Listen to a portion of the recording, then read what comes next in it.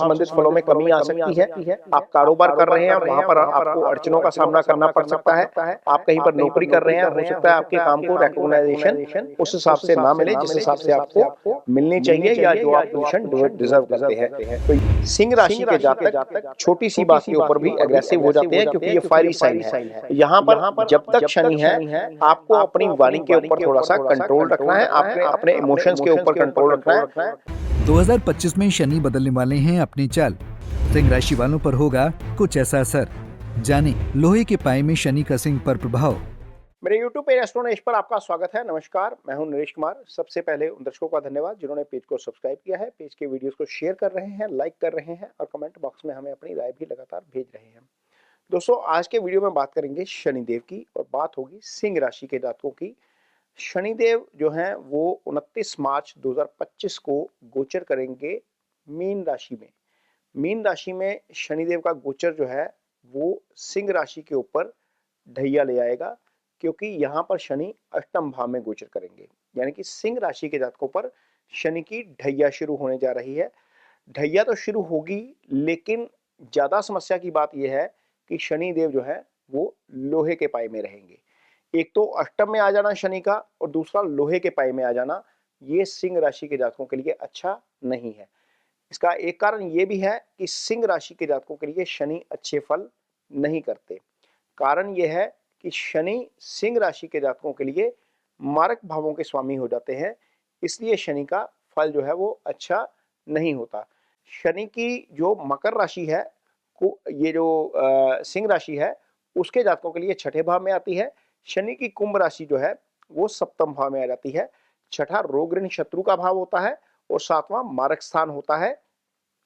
शनि चूंकि दोनों खराब भावों के स्वामी हैं, इसलिए अपनी अंतर्दशाओं में और प्रत्यंतर दशाओं में सिंह राशि के जातकों के लिए अच्छा फल नहीं करते। सिंह राशि सूर्य की राशि है और सूर्य और शनि में मित्र भाव नहीं होता। इस कारण भी शनि का परिणाम सिंह राशि के जातकों के लिए खराब रहता है। हालांकि जो पिछला गोचर रहा है शनि का, वो भी बहुत ज्यादा अच्छा नहीं रहा है सिंह राशि के जातकों के लिए। इसका कारण यह है कि शनि एक तो सीधा सप्तम भाव में गोचर कर रहे थे, और दूसरा शनि पहले भी लोहे के पाए में थे। शनि का 2023 में जब गोचर हुआ था, ये कुंडली आपके सामने लगी हुई है, उस समय जो ट्रांजिट कुंडली होती है, शनिदेव जब राशि में प्रवेश करते हैं तो उसकी एक कुंडली बनती है। उस कुंडली में चंद्रमा की पोजीशन देखी जाती है। यहाँ पर सिंह राशि में चंद्रमा की पोजीशन है, और चंद्रमा की पोजीशन के हिसाब से लोहे का पाया निकला था सिंह राशि के जातकों के लिए। अब यहाँ पर दोबारा जब कुंडली बन रही है 29 मार्च 2025 की लगभग 11 बजे के आसपास का समय रात का, जब शनि गोचर करेंगे, तो जो कुंडली बन रही है वो भी कुंडली जो है वो इस तरीके की बन रही है कि शनिदेव लोहे के पाए में आ रहे हैं। अब यहाँ पर चंद्रमा का गोचर अष्टम भाव में जाना, जब शनि की ट्रांजिट हो रहा है, शनि तो अष्टम भाव में आ ही रहे हैं, चंद्रमा भी अष्टम भाव में आ गए हैं, तो इस कारण वो लोहे का पाया हो गया है। चंद्रमा जब 4, 8, 12 में चले जाते हैं ट्रांजिट कुंडली में, तो लोहे का पाया माना जाता है। लोहे का पाए का जो फल होता है वो अच्छा नहीं होता। इसलिए सिंह राशि के जातकों को कुछ सावधानियां जरूर रखनी पड़ेंगी। ये लगभग 1061 दिन का पीरियड है। शनि जब गोचर करेंगे तो 1061 दिन वहीं रहेंगे। ये 29 मार्च 2025 से लेकर 23 फरवरी 2028 का पीरियड है। ये 1061 दिन है जब शनि यहीं पर रहेंगे, ये लोहे के पाए में होंगे, और लोहे का पाया और ढैया साथ साथ चलेंगी। हालांकि इसके बीच 140 दिन के आसपास का समय ऐसा होगा जब शनि वक्री अवस्था में चलते हुए वापस कुंभ राशि में भी आएंगे, लेकिन फिर भी 921 दिन का समय ऐसा रह जाएगा जब शनि जो है वो ढैया में रहेंगे, और आपको उसके खराब परिणाम मिल सकते हैं। अब कहां पर खराब परिणाम मिलेंगे ये थोड़ा सा बताते हैं इस वीडियो में। और 2 डेट्स आप खास तौर पर नोट करिए, ये बहुत ज्यादा अच्छी नहीं है आपके लिए। पहली डेट है आपके लिए 29 मार्च से लेकर 29 मार्च 2025 से लेकर 29 मई 2025 तक की, यानी कि 2 डेट्स हैं। इन डेट्स के मध्य का समय 2 महीने का ज्यादा अच्छा नहीं है।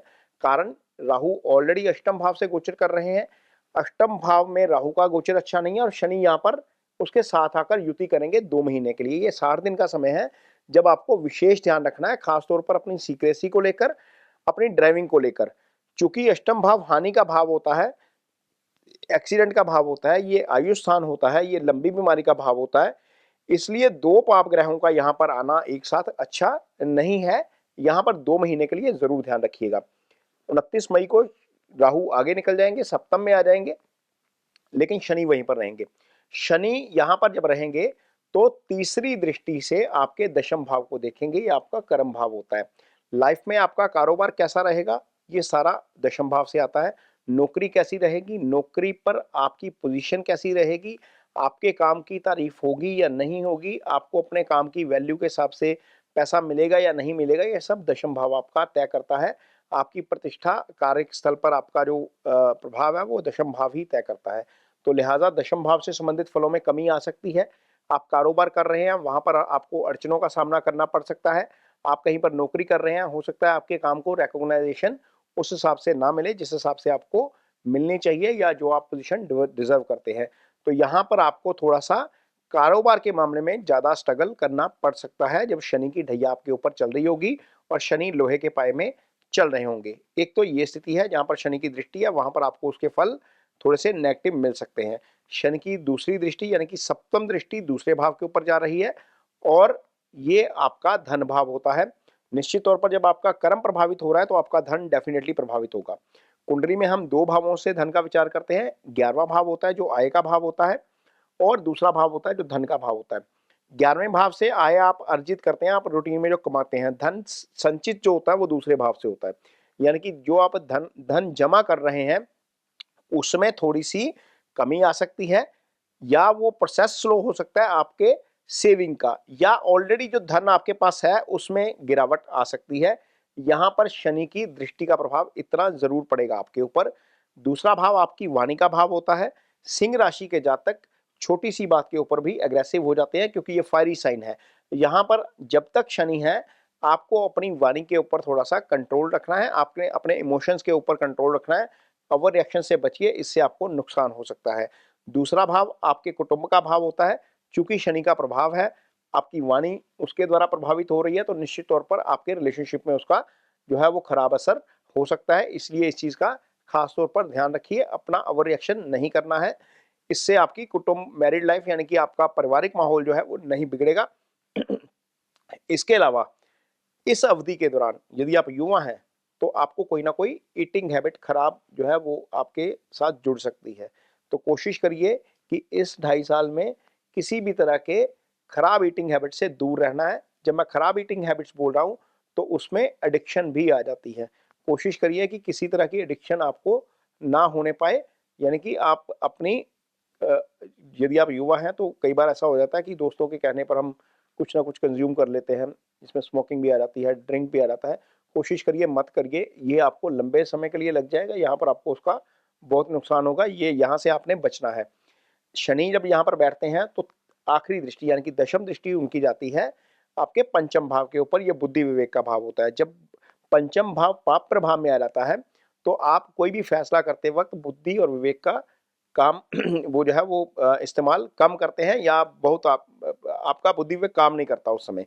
तो कोशिश करिए कि कोई भी इंपॉर्टेंट फैसला लेना है तो किसी सेकंड बंदे की, सेकंड पर्सन जो आपका रिलायबल हो उससे ओपिनियन जरूर लीजिए। कई बार हम जल्दबाजी में गलत फैसला ले जाते हैं, चूंकि भाव पाप प्रभाव में है इसलिए गलत डिसीजन आपसे हो सकता है। इस चीज का खास तौर पर ध्यान रखना है। पंचम आपका सुत भाव होता है, ये संतान का भाव है।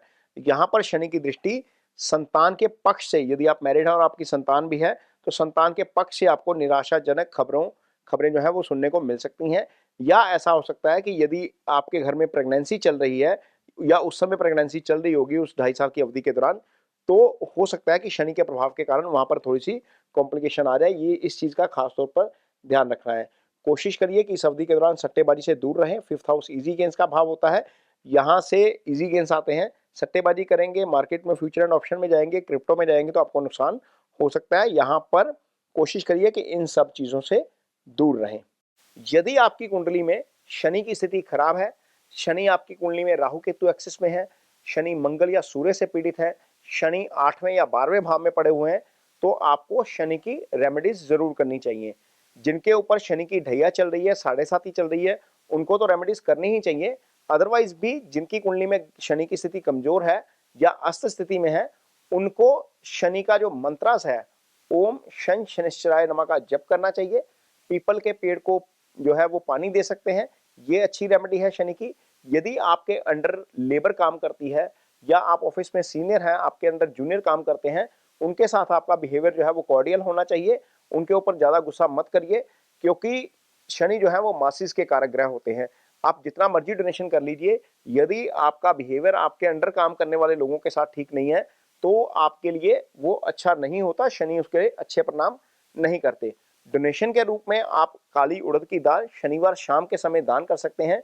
दान करते वक्त और मंत्रास करते वक्त ओम शं शनिश्चराय नमः का जो जप करना है हमने, इसका जो बीज मंत्र है, ये करते वक्त आप अपना संकल्प जरूर लीजिए। संकल्प में आप अपना नाम बोलेंगे, अपना गोत्र बोलेंगे, अपनी राशि बोलेंगे, और जिस मकसद के लिए आप जो है वो ये रेमेडीज कर रहे हैं, ये उपाय कर रहे हैं, वो बोलेंगे, तो उससे डेफिनेटली आपको शनि के जो खराब प्रभाव आते हैं उनसे मुक्ति मिलने में सहायता मिलती है।